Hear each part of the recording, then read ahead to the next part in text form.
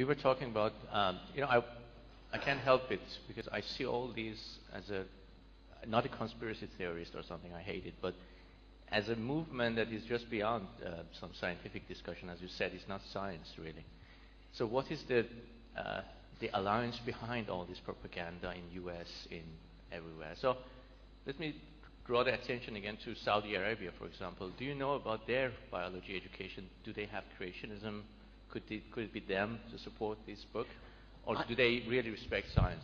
I don't know the answer to that question. I can guess, and I dare say there may be some people here. My understanding is that since Islam takes the Quran literally, whereas Christianity doesn't, except for certain branches of Christianity, we would expect that the norm, the default position for Islam would be that every word of the Quran is literally true. And therefore, the story of creation would be taken as literally true, and the story of Adam and Eve is taken as literally true, etc. But there are many people in the room who can perhaps disabuse me of that. My impression is there's very little evolution taught in countries that are dominated by Islam. Ibn, do you know whether that's true? I don't know that. No? Okay. Yes. Oh, sorry. Yeah. Thanks, I'm Usman. Thanks for your talk. I was just wondering whether you'd heard of Pervez Hudboy in Pakistan and his work. I mean, I think he's a rationalist scientist, and he's written a lot about how, just as in the evolution thing you've talked about, how physics department in the University of Punjab in Pakistan, where he's fought a battle against religious scientists who try and show that there's a causal effect between praying and rain happening. And he's produced a lot of videos and things to rebut this. And I was wondering, perhaps through a foundation or anything like that, whether there was a way to finance these kind of projects supporting rationalism. Because the odds are against us in many parts of the world. Yes, thank you for that suggestion. I was not aware of this particular individual that you mentioned, but obviously, from what you say, I salute him. And I would be interested in trying to support such people. Thank you. Yes. Just an answer to your question about evolution in Islamic countries. I'm from Syria, and in our science books we do have they do say something about evolution. The books, however, the teachers they abstained from teaching the theory, and they, as I remember, as a student, the teachers told us that you don't have to go through it and read it because you won't be asked about it in examinations. So they just completely ignore it. Suppose Syria is more liberal than other countries, but that's the case. Thank you. That's useful. That's the same in some parts of America as well. Yes. Okay. Yeah.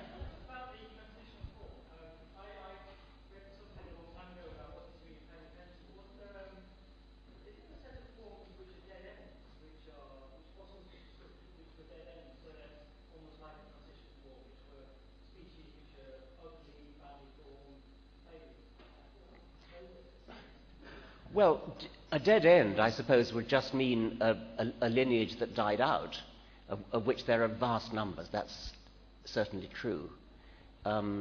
So they wouldn't look like intermediates necessarily, but something more than 99% of the species that have ever lived have gone extinct, and so in that sense, they're dead ends. I think yes. Hello? Yes? Who am I looking at? Okay, yes. Oh, okay. We'll have one. Is the microphone going upstairs? Or if you could repeat your question. I could repeat the question, okay. Yes.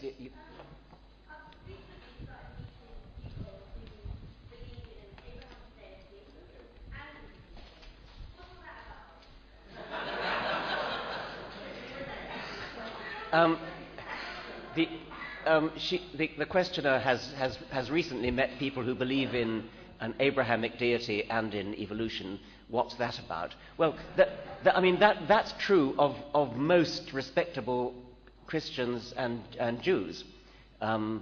It is true of the Archbishop of Canterbury. It's true of the Pope with certain reservations. It's true of most of the bishops and educated priests. So there's nothing unusual nowadays in combining belief in an Abrahamic deity and in evolution. When you say, what's that about?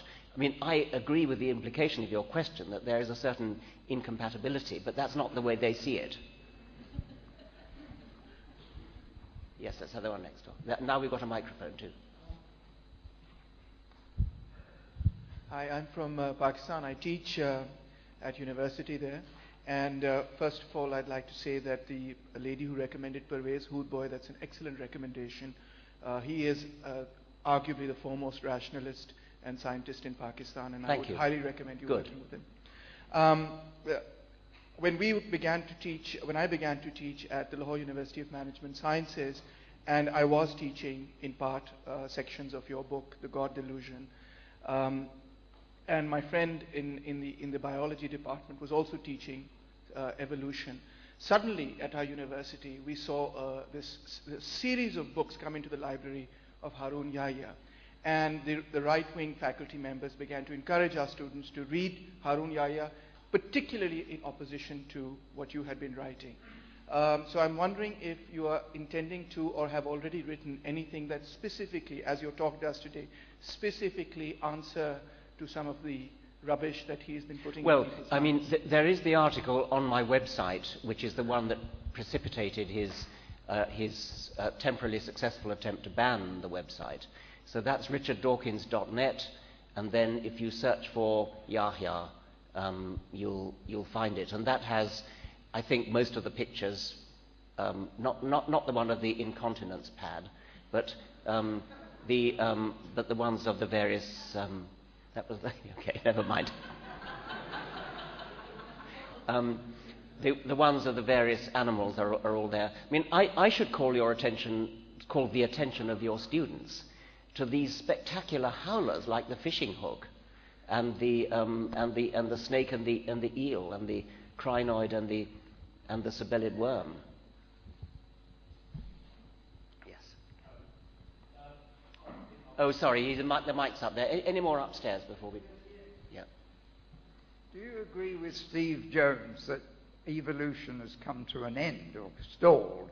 And are we the living end of I think evolution? Since that's got so little to do with this Islamic conference, I'll duck that question. It's the commonest question I get asked after every lecture, and I can hold forth for half an hour. But I think, with your forgiveness, I won't. We better wait for the mic. Well, I can repeat the question, okay. Yes.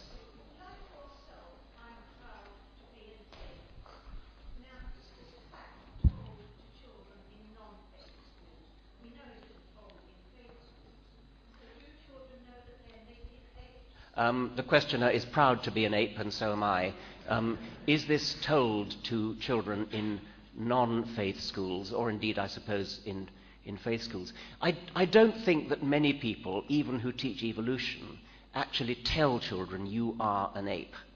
It would be a very good thing to do, because it is literally strictly true. It's strictly true in the following sense. If you plot a tree diagram, like the one I showed you of the protostomes and deuterostomes, humans come in the middle of the ape tree. So what that means is that humans are closer cousins to chimpanzees than chimpanzees are to gorillas or orangutans. Therefore, if there is a thing called an ape, which includes chimpanzees, bonobos, gorillas, and gibbons, then it cannot exclude humans. There is no zoological category, no taxonomic category, which includes chimpanzees, bonobos, gorillas, and orangutans and gibbons, and excludes humans. So we are apes, we are African